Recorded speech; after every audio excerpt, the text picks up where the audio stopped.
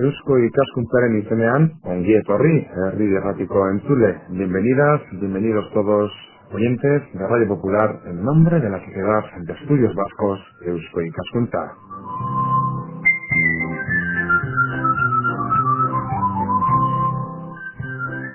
Bienvenidas, decimos, y bienvenidos porque además, si así lo decidís y si elegís compartir minutos de radio con nosotros, tendréis a continuación la oportunidad y la posibilidad de escuchar todo lo relacionado sobre un tema que probablemente no lo tengáis entre manos día a día, pero que no por ello deja de ser interesante, porque vamos a hablar a continuación sobre la iconografía sagrada.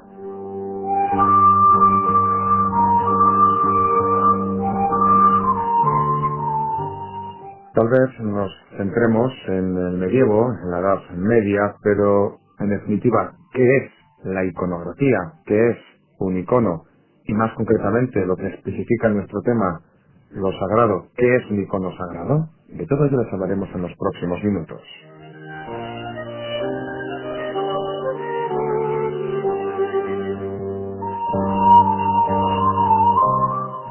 Y lo vamos a hacer además con dos amigas de Eusko Ikaskuntza, de la Sociedad de Estudios Vascos, dos personas que conocen precisamente muchísimo sobre la iconografía sagrada. Por un lado, Ana Isabel Ugalde, gracias por estar con nosotros, bienvenida, un día corrí. Hola. Y también saludamos a Lucía Laoz. Lucía, gracias a ti también por compartir esta experiencia radiofónica de la Sociedad de Estudios Vascos y bienvenida. Claro, pues gracias a vosotros por invitarme.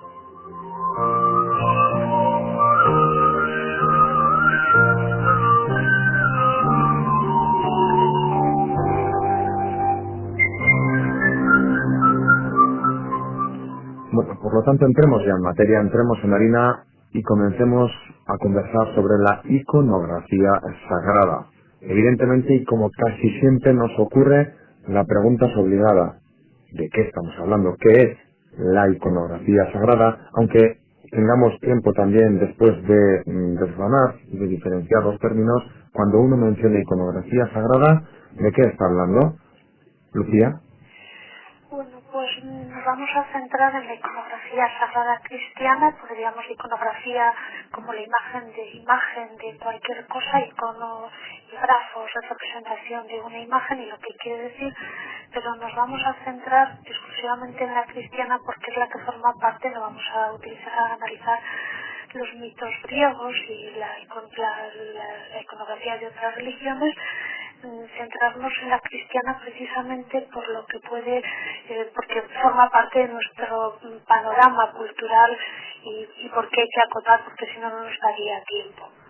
Bueno, pues si vayamos poco a poco centrándonos un poquito más, Ana, iconografía sagrada, hablamos por lo tanto de esas imágenes, imagen divina, podría ser una traducción también que nos valiera. Hombre, pues si nos fijamos en el término sagrado, lo sagrado siempre incumbe a lo que se dedica a Dios o al culto divino. Pero ya la misma religión cristiana nos dice que Dios es uno y trino, con lo que ya se nos presentan los problemas de si es el Padre, el Hijo, el Espíritu Santo, los tres, porque cada uno recibe su propia imagen y su propio, casi podríamos decir que culto. Bueno, pues comenzamos ya con un primer problema importante además.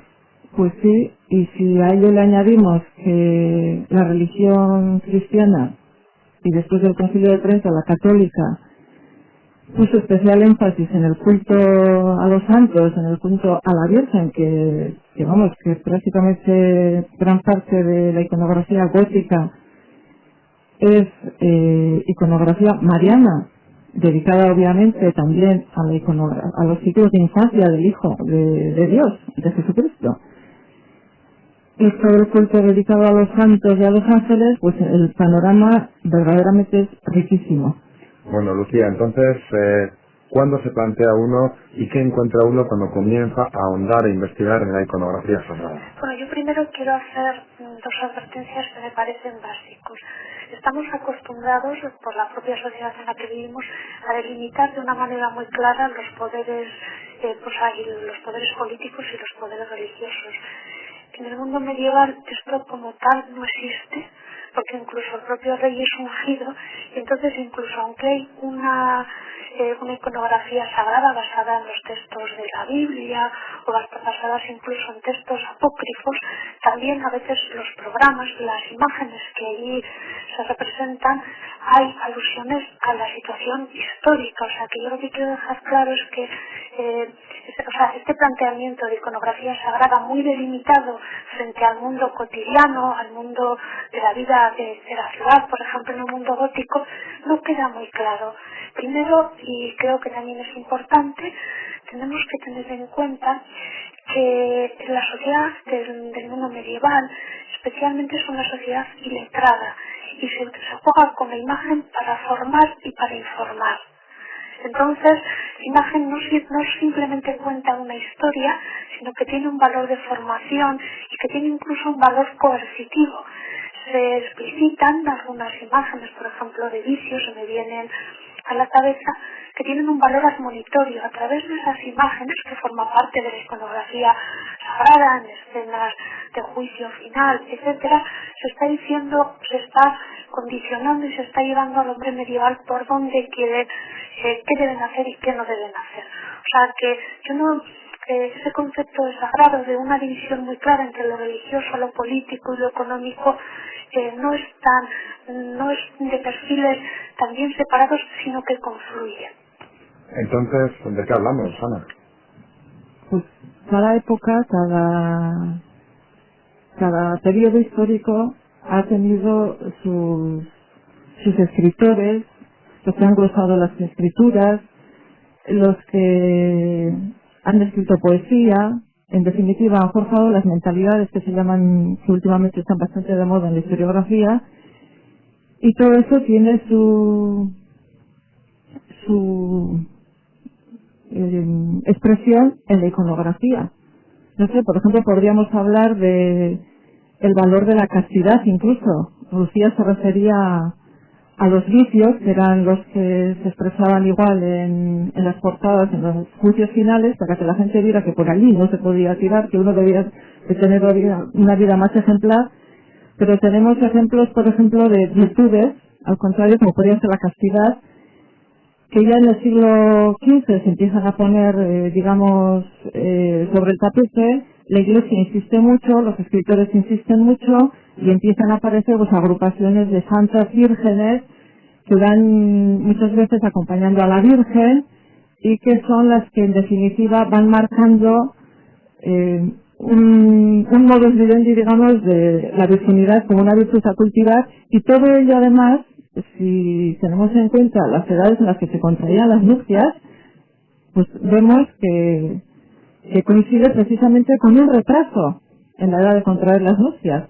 Entonces, cada época, cada mentalidad, cada forma de vivir ha condicionado un poco la obra de arte. Bueno, centrémonos, por lo tanto, hablamos de elementos, de símbolos que en una época en la que lo político, lo religioso, lo económico no se diferencia tan nítidamente como hoy en día, son cultivados, se trata como algo divino. ¿Cuáles serían, por hablar ahora mismo, Ana, de la castidad, pero Ana o Lucía es indiferente, cuáles serían esos elementos más significativos del medievo a los que se rinde culto? Los elementos más significativos, hombre, pues depende. Primero habría que acotar el término medievo, no es lo mismo la Alta Edad Media que la Baja Edad Media. Incluso dentro de la Baja Edad Media no es lo mismo el mundo románico que el mundo gótico, y precisamente como la sociedad que está gestando el mundo románico y la sociedad que está gestando el mundo gótico es distinta, cada una pone el acento en un tipo de imágenes. Por ejemplo, y esto está perfectamente estudiado, la sociedad del mundo románico coincide muy bien con una sociedad de tipo rural, de tipo feudal, y una de las figuras que más enlaza o que más desarrollo tiene es la figura de David. David, el rey pastor, rey bíblico, etcétera.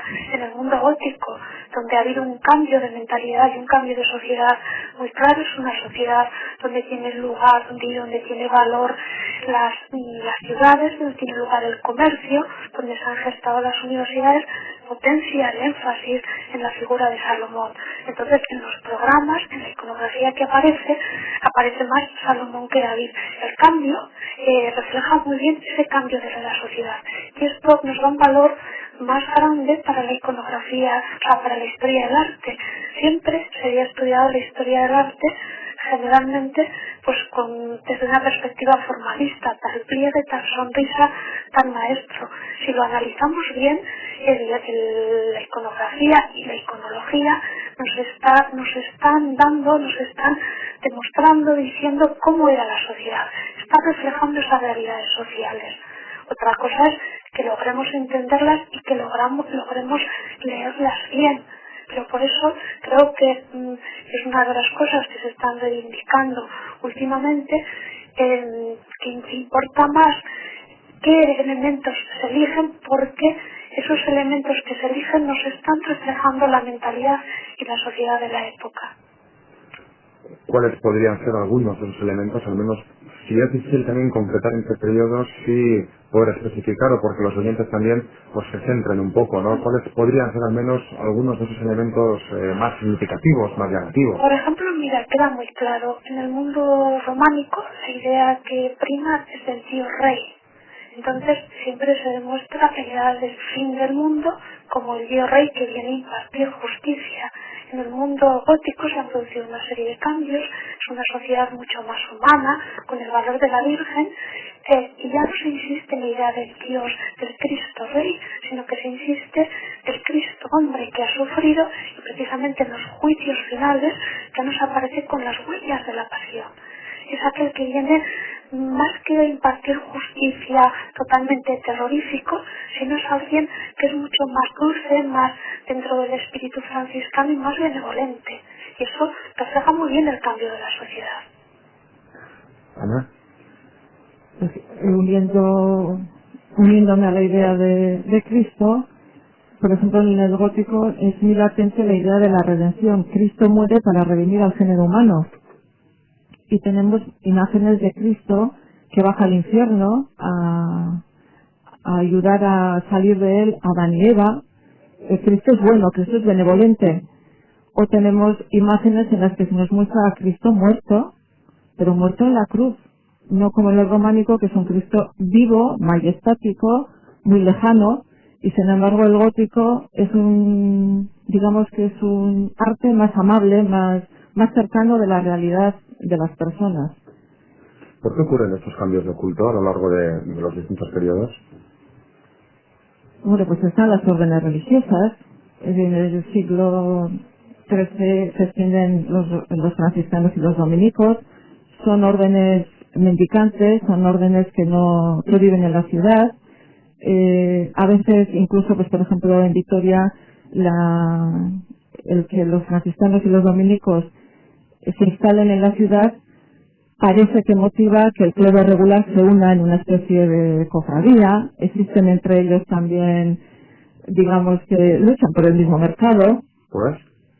Pues porque la Iglesia se nutre sobre todo de las limosnas. Y si las limosnas comienzan a fluir a un convento de franciscanos, pues se supone que la parroquia se queda sin tantos ingresos. Y claro, pues por ejemplo, en Vitoria hay en los coros, se nota, son coros ya de comienzos del siglo XVI, pero se ve perfectamente esta lucha por el poder que hay entre las órdenes religiosas, porque tenemos el coro de Santa María de Vitoria, que Santa María de Vitoria se había instituido en 1498 en Colegiata, tenía ya gran rango, construyen el coro para los canónigos, y en el coro ninguna de las imágenes tiene nada que ver con las órdenes religiosas, ni con los franciscanos ni con los dominicos. Las imágenes que se colocan es en el centro del coro la Asunción Coronación de la Virgen, rodeado de santas vírgenes, como era lo que estaba en aquel momento en boga. Y justo encima de ese coro era donde los canónigos se sentaban a oír misa. Y sin embargo a los lados tenemos las devociones que eran propias de la ciudad, tales eran San Andrés de Armentia, que ahora está transformado en una iglesia dedicada a San Prudencio, el patrón de Álava, pero entonces era San Andrés, y en la otra Santiago. rodeado de otros santos muy populares en la cristiandad y que contaban con sus ermitas en la propia ciudad de Vitoria. Y sin embargo, en un coro patrocinado por un señor particular que construye el coro de San Vicente de la parroquia de Vitoria, pues este señor, que se cree que tenía una hija que había profesado con las monjas dominicas, como era el que había pagado, pues incluye en el coro imágenes de San Francisco, de San Antonio de Padua y de santos dominicos, como era Santo Domingo de Guzmán. Y ahí se ve la pugna que había por cada mentalidad, cada grupo de poder trata de influir o no en el tipo de iconografía que se colocan en monumentos religiosos. Eso ha ocurrido siempre, ¿no, Lucía? Hombre, sí, porque claro, no es lo mismo que sea una obra particular, por ejemplo, un señor que costea su sepulcro, o que sea donde pues elige las devociones a las que están más vinculados, pues, o que sea una obra colectiva, donde detrás hay todo un ideólogo que diseña o que marca aquellos aspectos que quiere incidir. Incluso muchas veces se eligen imágenes para atacar determinados motivos heréticos que hay en el momento, o determinadas desviaciones dentro de la Iglesia que no quieren que se mantengan, que hay que hacer erradicar desde abajo. O sea, que va a depender también mucho, primero, del momento. Y por eso yo insisto mucho en que la iconografía se convierte en un documento de época. Siempre cuando también se estudiaba la historia del arte, se atendía a los archivos. Los archivos, muchas veces el documento se ha trastocado o no coincide con la obra. Yo creo que el elemento más directo es la iconografía, y un buen estudio de lo que él nos está diciendo es un auténtico documento en el amplio sentido del término, porque nos habla de la sociedad, del hombre que lo ha patrocinado, etcétera. Por ejemplo, una persona tan importante como el canciller López de Ayala, que nos había dejado sus escritos, se entiende muy bien cuál es su personalidad a través de la iconografía que él da para su sepulcro. O sea, que es uno de los elementos más importantes a la hora de conocer el pasado. Es que, claro, estamos acostumbrados. El arte en el mundo medieval es antes que nada historia de las imágenes. Sí.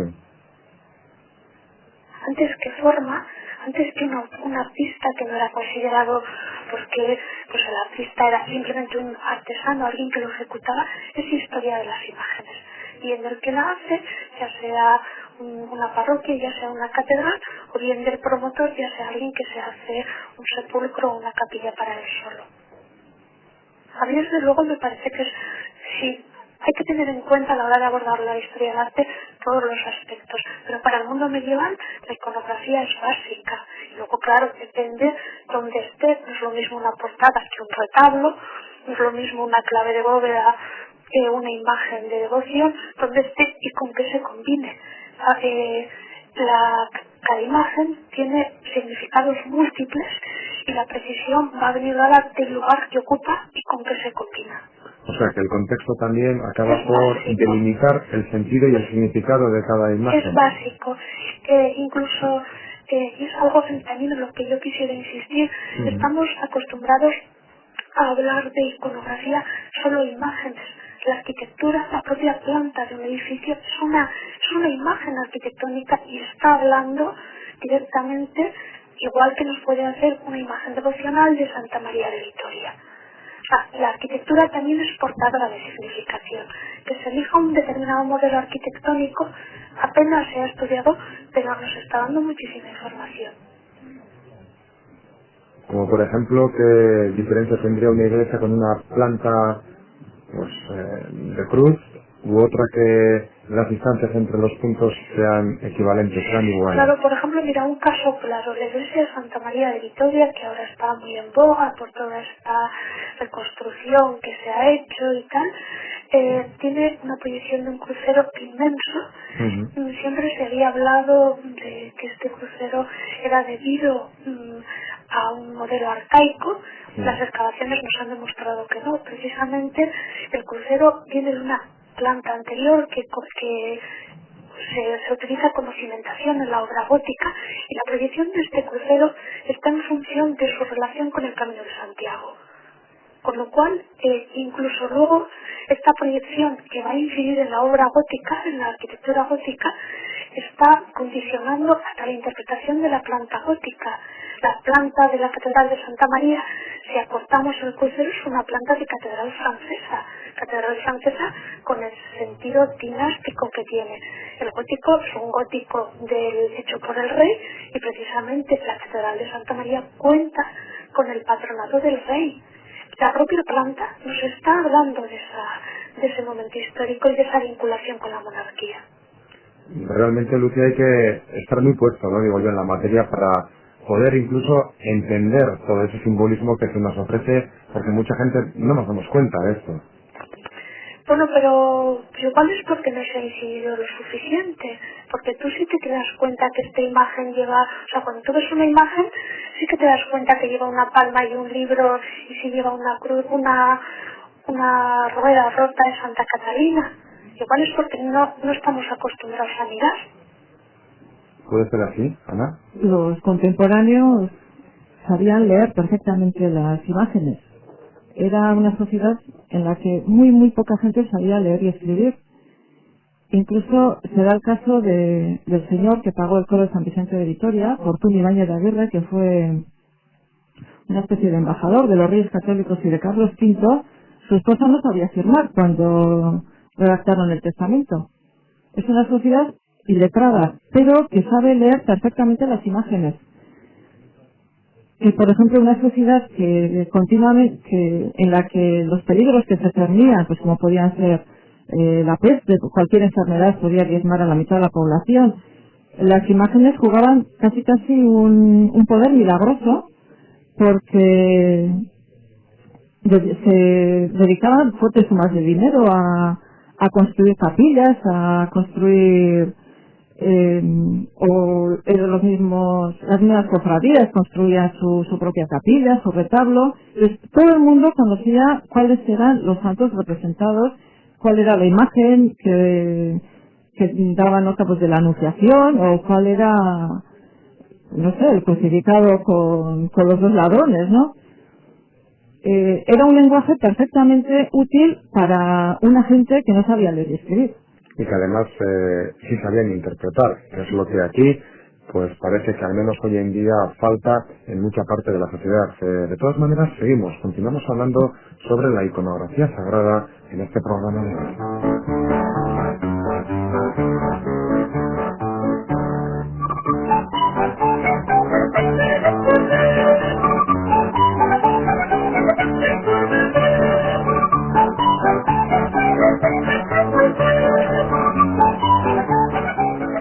Seguimos hablando y yo me pregunto, estamos hablando de un tema muy amplio que según el periodo varía, modifica, habría que saber además interpretarlo, y cuando una persona que está estudiando historia, está estudiando arte, se especializa, se centra en la iconografía sagrada, también probablemente se tenga que decantar por un momento, un periodo y un tipo de iconografía concreta. En tu caso, Lucía Laoz, ¿podrías decirnos en qué estás especializada, o al menos de qué tipo de iconografía sagrada sabes más? Bueno, mi tesis doctoral fue de escultura gótica en Álava, y entonces eso ya parece que no te marca bastante la manera de hacer. Entonces, en lo que más he trabajado es en gótico, pero yo creo que no hay que, o sea, que uno de los peligros que existe es el de la especialización, y creo que hay que entender también pues qué sucede después, qué sucede antes, porque si no, incluso estamos también ofreciendo imágenes bastante cortadas de desvirtuado de lo que realmente era. Y bueno, es verdad que el panorama de información se está ampliando muchísimo y no te da tiempo a controlar todo, pero incluso, y luego, por otra parte, siempre se estudia en la historia del arte hasta que se ha creado. ¿Y qué pasa después? ¿Qué repercusiones va a tener esa imagen? ¿Qué índice de impacto? ¿Qué índice de incidencia? Estamos acortando un poco incluso la propia vida de esas imágenes. Lo que pasa que, claro, ya te digo, por el panorama tan amplio siempre tiendes a especializarte. Y sabiendo, perdona Lucía, Sí. perdona que te corte, sabiendo que probablemente en cierta manera desvirtuamos el significado, el sentido de un periodo concreto porque tiene evidentemente un pasado y tiene una lectura a futuro que en su momento se produjo. En el caso de ese gótico, a la vez que tú has estudiado, ¿qué te has encontrado? Bueno, maravillas. Maravillas porque, bueno, primero es un gótico muy tardío. Es verdad que cuando se hace ya el gótico estaba plenamente consolidado desde el punto de vista iconográfico. No es que se cree en nada nuevo, pero lo más importante es en la adaptación de las formas ya dadas al momento en el que se hace en Álava. Y sobre todo yo creo que lo más importante es la lectura de la sociedad a través de esas imágenes y cómo se fija muy bien el panorama de la sociedad alavesa. Bueno, pues se fija ese panorama de la sociedad alavesa. En tu caso, Ana Ugalde, además, recientemente también con una tesis sobre la mesa, ¿en qué nos hemos centrado? Yo he estudiado la iconografía de las claves de bóveda de Álava, en un periodo que abarca de cerca de 1200, en que se construyeron las primeras bóvedas de crucería, que son las que marcan un poco el gótico, hasta que a finales del siglo XVI todavía se siguen construyendo bóvedas de crucería ya mucho más complejas, pero en las que las claves se decoran obviamente con iconografía principalmente cristiana. ¿Por qué Álava las dos? Es un pasado rico. Bueno, precisamente, pues creo que por razones de nacimiento, yo me formado en Salamanca y entonces era todo el periodo gótico, era un periodo que no está, la escultura gótica tenía una proyección extraordinaria y era algo que no estaba estudiado.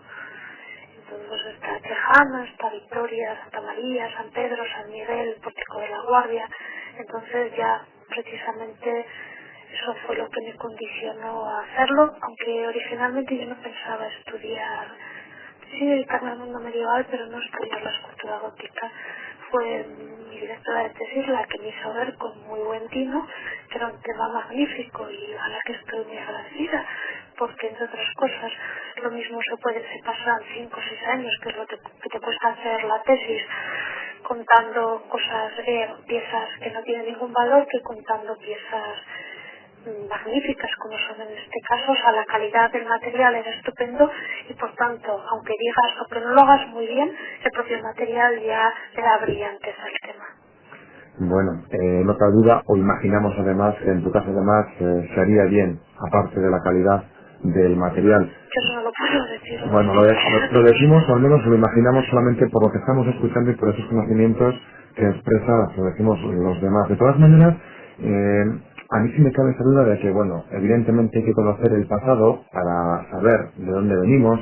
Decíamos anteriormente que el acotar y el delimitar ciertos periodos pueden desvirtuarlos, pero digo yo, está todo estudiado en cuanto a nuestro pasado, concretamente y siguiéndonos el medievo, toda la iconografía sagrada de la Edad Media está más o menos ya explorada, o todavía consideráis que hay elementos por ahí que se nos hayan perdido.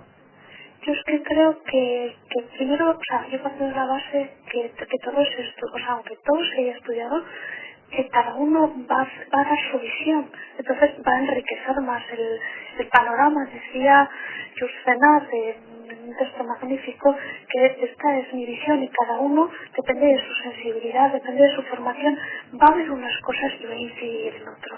De la suma de todos esos enfoques es de donde se extrae todo el conjunto y por tanto yo creo que ningún tema está acotado y todos son posibles de nuevos estudios, porque depende de la sensibilidad de quien lo estudie y de la formación.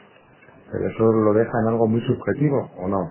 No, basándote incluso en pruebas objetivas, pero probablemente si nos ponen un mismo objeto, a ti y a mí a contemplarlo, tú vas a extraer unas conclusiones y yo voy a extraer otras. Vamos a ver. Y de la suma de esas conclusiones, hombre, por supuesto teniendo en cuenta el momento histórico, la liturgia, los teatros de la época, todo, cuantas más un campo más amplio se tenga, más le vamos a hacer hablar a la obra de arte. ¿Y cómo realmente se puede llegar a analizar un elemento? Es decir, comentabas tú muy bien, Lucía, que nos ponemos dos personas distintas a mirar un mismo objeto y seguramente reflejamos una lectura diferente de lo que hay en ese objeto, que objetivamente es el mismo, porque es un único objeto. Eso también nos ocurre en el caso de los elementos del medievo, ¿no? Igual, incluso estudios recientes, cada uno que estudia una obra siempre en el sitio concreto, ¿no? Pero las mentalidades están interrelacionadas y las cosas que pasaban en un sitio pues también pasaban aquí, antes, después o contemporáneamente. Pero entonces es posible analizarlo, digo, si cada persona lo lee de manera diferente. Hombre, ahí, por ejemplo, a ver, la iconografía gótica, si por lo que se caracteriza es por lo que tiene de formulario y además delimitado antes de, por encima de fronteras. Se crea en París, pero por ejemplo, en León hay motivos iconográficos que inciden en las condiciones propias del León, no en las de... Entonces, yo lo que creo es que hay que tener, o sea, que hay que intentar, siempre que sea posible, partir con la formación más amplia, porque entonces le vas a hacer hablar más a la obra de arte. O sea, cuanto más Cuanto sepamos, más sepas, mejor. mejor, porque mejor leeremos lo que nos quiere decir esa obra. Y luego, pues, o sea, yo creo que hay que tener muy en cuenta la literatura, la liturgia, los teatros. Es que hay que tener en cuenta todo. Es como si miras una caja de cerillas solo desde una parte. Si le das más vueltas, pues más conoces ese objeto. Y apenas se ha tenido en cuenta los contextos urbanísticos, los contextos religiosos que había en el interior, y son básicos para entender algunas obras, porque nos están hablando directamente de cuáles eran las funciones de esa iconografía. ¿Podríamos trasladarlo a hoy en día? Es decir, no cabe duda que el simbolismo siempre ha existido, existe, iconografía, al menos iconos y elementos en los que la gente se fija hay muchos, pero si en el medievo estamos hablando de una iconografía sagrada, ¿cabría también en este inicio del siglo XXI hablar de que existe hoy en día iconografía sagrada? Desde el momento en que la Iglesia tiene necesidades de culto y a nada que se ponga una imagen o que se decida, incluso la austeridad que reina en muchas iglesias es una forma de iconografía sagrada. Por incluso autores modernos, por ejemplo, me estoy recordando la obra de Turner, de la Escala de Jacob, en una interpretación totalmente de arte cinético, son temas bíblicos. Saura tiene algunas obras de carácter religioso, por ejemplo, Lucio Muñoz trabaja en Aránzazu y es una iconografía sagrada, con un lenguaje que no es un lenguaje figurativo, sino que es un lenguaje abstracto. Perdón. No. Sí, y la misma capilla de Remediuri, creo recordar, que la pintó, creo que a Mestoy. Hay santos pintados como se hacía en la Edad Media. Sí, pero incluso los casos que he puesto es que es más propio del lenguaje que tenemos actualmente, del arte abstracto, del grupo de Cuenca, etcétera, y ya te digo, son temas de carácter totalmente sagrado, porque están interpretando temas religiosos. Cuando una persona como Ana Isabel Ugalde, que nos acompaña hoy, o Lucía Laoz, que es un placer, por cierto, escucharos hablar de la iconografía sagrada, imaginémonos que nos encontramos con vosotras, que os acabáis de encontrar un elemento nuevo, novedoso, no analizado hasta la fecha. ¿Qué supone para vosotras el poder investigar, ahondar en este tipo de elementos? Hombre, pues un reto. Porque cuando uno se enfrenta a una investigación, siempre se encuentra con motivos iconográficos nuevos para él, y entonces hay que indagar, buscar donde sea. A mí, por ejemplo, me ocurrió con Tuesta, que era una iglesia que estaba catalogada como románica, del románico tardío a la vez, y me encontré con una temática en el interior que se daba propiamente en el suroeste francés, en un gótico distinto del gótico de Ile-de-France, el gótico llamado Plantagenet, y mira por dónde, en Tuesta, en un pueblo alejado de Vitoria y prácticamente de cualquier vía de comunicación actual, importante digamos, se plasmó un tema que era crucial en el suroeste francés. ¿Y eso cómo se hacía? Pues probablemente vinieran maestros o corrientes de pensamiento que hicieron que se plasmara aquel tema que era tan propio de aquella zona, precisamente en una iglesia alavesa. ¿Y eso cómo se hace? Pues Pues investigando, leyendo y buscando. De todas maneras, aunque haya que investigar, Lucía, este tipo de viaje de las corrientes por distintas geografías siempre ha ocurrido, ¿no? Sí, pero más incluso en la época del gótico. Y luego, otra cosa, nos han vendido un poco la moto de la Edad Media como algo oscuro, como algo cerrado. Precisamente, y acogiéndonos al ejemplo que nos ha proporcionado Ana, vemos que era algo muchísimo más fluido que como nos lo han vendido. Artistas que trabajan en París vienen a trabajar a Olite, artistas que están trabajando en París con unos pocos años vienen a trabajar en París y en Amiens vienen a trabajar en la Puerta de Sarmental de Burgos. O sea, era una sociedad bastante más clara y, por ejemplo, recuerdo que en algunos de los textos he aludido que en una sociedad ahora donde se habla de el carácter europeo, el vitoriano medieval especialmente nos ha demostrado que Vitoria estaba muy al día de lo que pasaba por Europa, o sea que participaba de esa sociedad. ¿Y por qué en cambio recibimos esa imagen de un gótico o más ampliamente de una Edad Media como, no sé si decir, oscura también, ¿no? Un poco lúgubre, tenebrosa? Hombre, pues porque la imagen que tenemos es la imagen típica que nos ha vendido y que se ha gestado desde el mundo del Renacimiento. Es la época de los pueblos, es la época oscura, mientras que el Renacimiento es la vuelta a la antigüedad y la vuelta al clasicismo.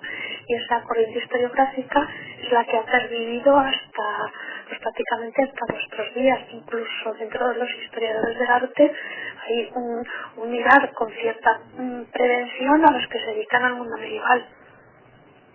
¿Compartes la opinión, no? Pues sí.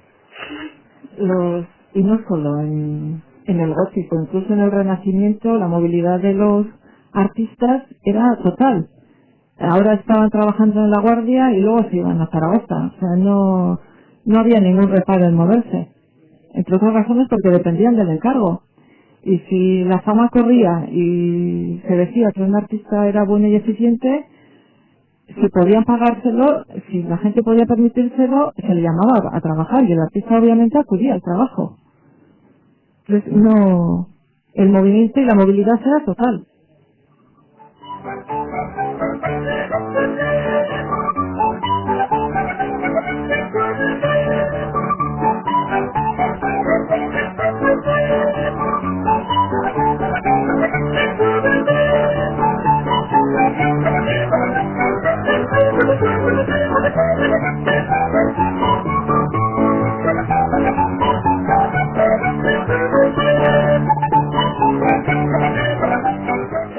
Pues afrontamos ya la recta final de este programa dedicado a la iconografía sagrada, que en esta ocasión trata de explicarnos a todas y a todos todo lo relacionado con el medievo, la Edad Media, y concretamente en cuanto a los elementos a la iconografía hace referencia, iconografía sagrada. Lucía Laos, ¿en qué estamos trabajando ahora? ¿A futuro qué proyectos tenemos entre manos? Bueno, pues tengo entre manos estudiar la portada de Santo Sepulcro de Estella en relación pues, con el Camino de Santiago y en relación también con los teatros litúrgicos, porque creo que nunca se han tenido en cuenta y que me parece que son básicos a la hora de explicar parte de los programas.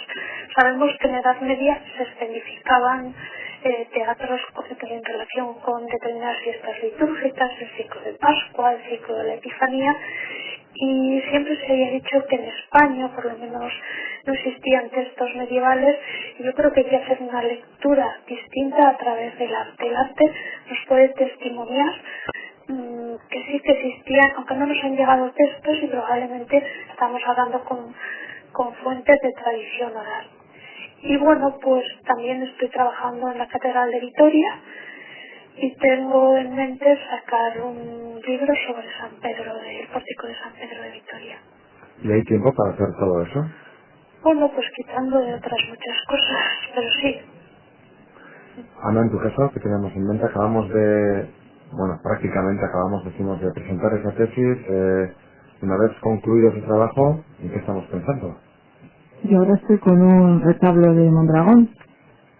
Es un retablo del que documenté el pintor y sobre el que creo que se pueden sacar mucho, sobre todo en cuanto a la autoría de la talla. Y en ello estamos. que es una talla importante. Es un retablo de San Miguel del siglo XVI, muy bonito, con un carácter narrativo y una policromía excelente. Y me gustaría darlo a conocer porque, ya que tenemos poco en aquella zona nuestra, pues para que... Creo que es algo de lo poco que queda y de lo mucho que hubo. O sea, que barriendo un poco para casa para que no se nos escape lo poco que nos queda de lo que hubo. Eso es. Porque desgraciadamente mucha obra artística de madera, sobre todo, y que también platería y demás, se ha perdido.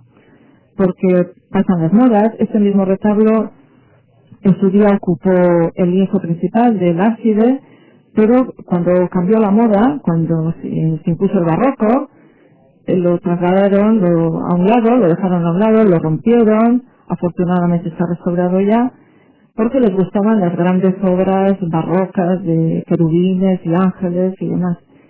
Y yo creo que eso es una obra, pues eso, muy interesante y que merece darla a conocer. Bueno, pues a ver si podemos charlar, podemos conversar con los dos en un próximo momento y cuando ya ambas pues, tengáis esos trabajos que ahora estáis realizando ya finalizados. Lucía Laoz, no sé si quieres añadir algo más. No, que vuelvo a repetir mi agradecimiento por invitarme a esta tertulia y nada más. Un mensaje tal vez para los oyentes en relación a lo importante y bonito que es conocer todo lo relacionado con la iconografía del pasado. Es que yo creo que hay que acostumbrarse a ver, aunque estamos en un mundo de la imagen, en la Edad Media pasaba exactamente igual, era la imagen la que primaba. ¿No te O sea, parece que igual? no hay ninguna diferencia. Por ejemplo, yo siempre he dirigido a mis alumnos y a veces en mis escritos por acudir a nuestro horizonte cultural más próximo, cuando se lee un tímpano, al igual que en una película o en una ópera hay un guión y nos está narrando una historia, un tímpano sucede exactamente igual. Lo que pasa es que igual la sociedad actual ha perdido el idioma, el lenguaje para interpretarlo. Hay que intentar, pero yo creo que es fácil, son unas claves y hay que intentar buscar los usos idiomáticos de aquella sociedad para entenderla. Y no hay grandes diferencias respecto a las, sí que hay diferencias, pero no tan grandes como siempre se ha creído, pues por ejemplo, porque también, en cierto modo, la cuestión económica era una de las que más primaba. Por ejemplo, la vida dentro de los monasterios, dentro de las iglesias, se pugnaba por tener el cuerpo de un santo, pero no era solo por la santidad, sino por la cantidad de recursos económicos que eso traía. Traía peregrinajes, traía dinero, pues algo muy similar a lo nuestro.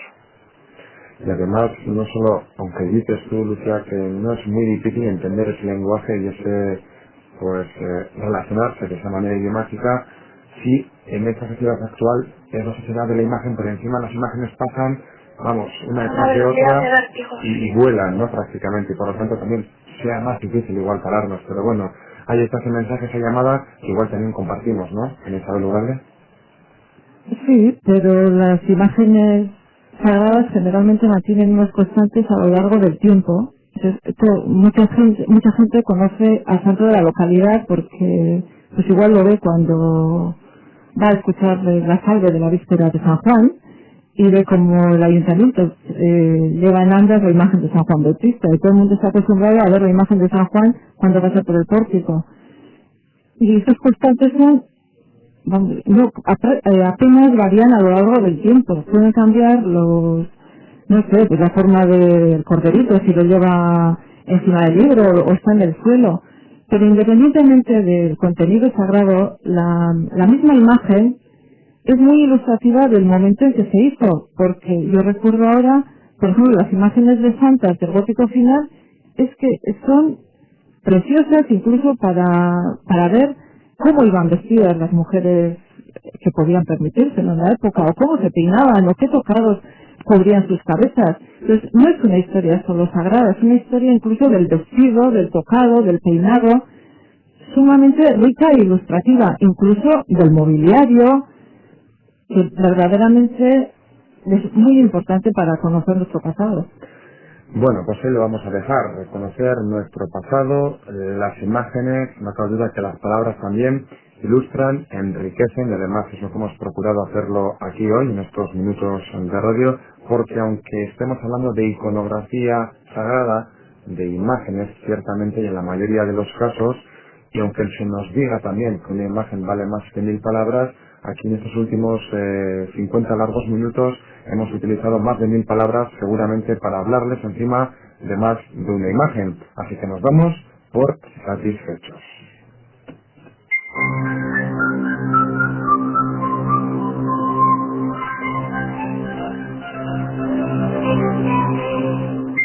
Nos damos por satisfechos por esas imágenes y esas palabras que hemos empleado en este programa de hoy, pero antes de nada, Lucía Laos, que ha sido un placer poder compartir contigo también este pequeño debate, esta pequeña charla en relación a la iconografía sagrada, y hasta una próxima ocasión. Vale.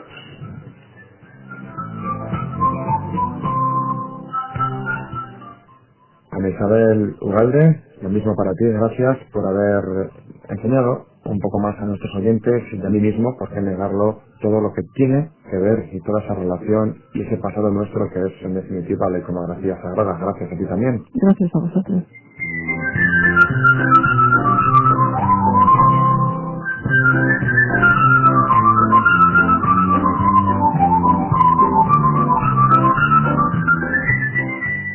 Y gracias también, como no, a ustedes, oyentes de RI Ratia, de Radio Popular, porque no cabe duda que sin su presencia no sería posible tampoco que realizáramos este programa, debido a que lo dedicamos íntegramente y con la voluntad de que llegue hasta todas y todos vosotros.